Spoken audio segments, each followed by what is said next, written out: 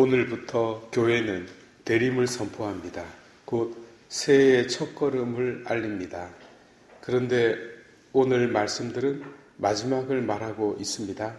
왜 한 해의 시작에 재수 없겠시리 마지막을 말하고 있을까요? 그것은 이미 결정되어 있는 길로 가야 하기 때문입니다.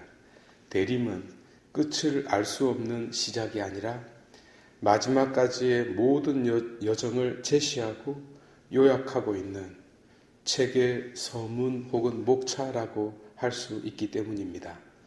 우리는 이를 새로 태어날 한 아기의 운명을 통해서 엿볼 수 있습니다. 그렇다면 책의 목차에 속하는 이 서두에 어떤 내용들이 담겨 있는지 그 핵심을 대략적으로 훑어보도록 합시다. 내용이 좋으면 끝까지 읽을 것이고 아니면 1년 뒤에 봅시다. 대림은 기다림을 뜻하죠. 하느님의 어서 오심을 기다리는 것입니다. 그러나 교회는 이 단어를 영의 방식으로 이미 우리에게 오신 하느님이 아니라 육의 방식으로 우리에게 오실 분을 기다린다는 뜻으로 사용합니다. 육의 방식이란 육을 취한 사건을 말하겠죠.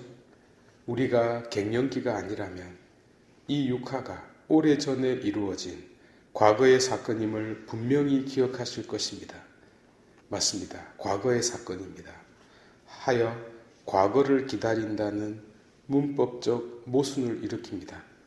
그러나 실존적으로는 어긋나지 않습니다. 왜냐하면 깨달음의 문제이면서 동시에 받아들이느냐 아니냐라는 자유의 문제이기 때문입니다.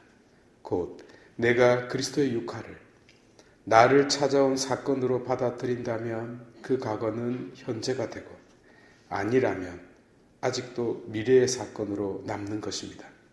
그래서 전례가 육의 마지막을 말하고 있는 것입니다. 구원일 수도 있고 멸망일 수도 있는 그 마지막 말입니다.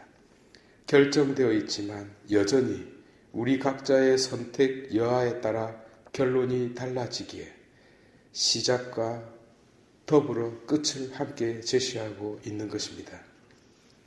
다시 강조하는 바이지만 이 이상야릇한 현상은 그리스도께서 육을 취했기 때문에 발생하는 것입니다.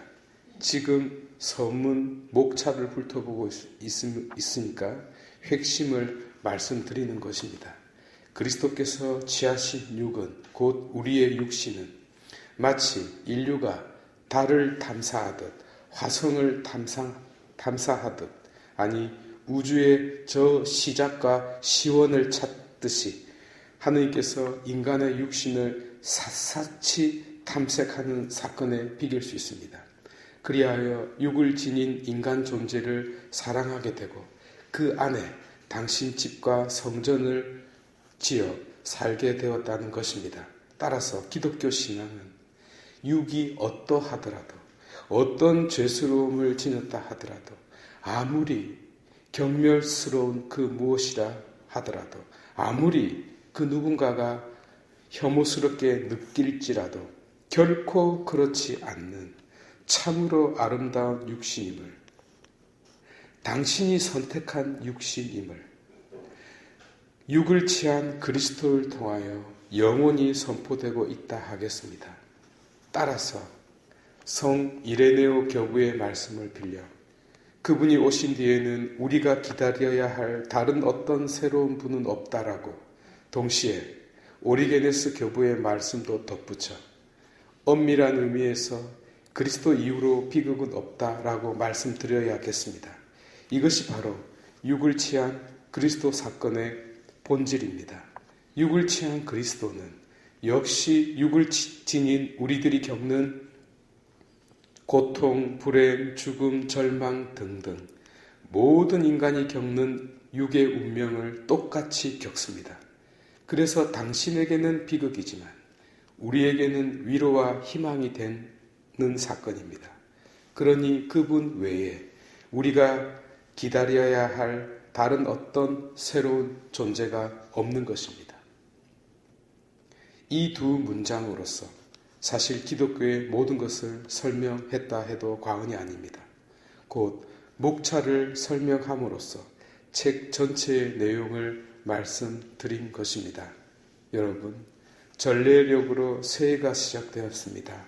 그러나 그리스도는 어제나 오늘이나 또 영원히 변치 않으시는 분이십니다. 라는 히브리서 13장 8절의 말씀을 드리지 않을 수 없습니다. 왜냐하면 그분은 존재론적으로 육을 취하셨기 때문입니다. 이 육의 사건은 분명 과거의 사건이지만 지금의 우리에게는 새로운 시작인 현재가 되고 동시에 앞으로 태어날 모든 아기들의 변함없는 미래의 희망으로 남을 것입니다. 이 이야기가 흥미있을 것 같으면 계속 만나도록 하고 아니면 1년 뒤에 다시 보도록 합시다. 모두 일어나셔서 신앙 고백합시다.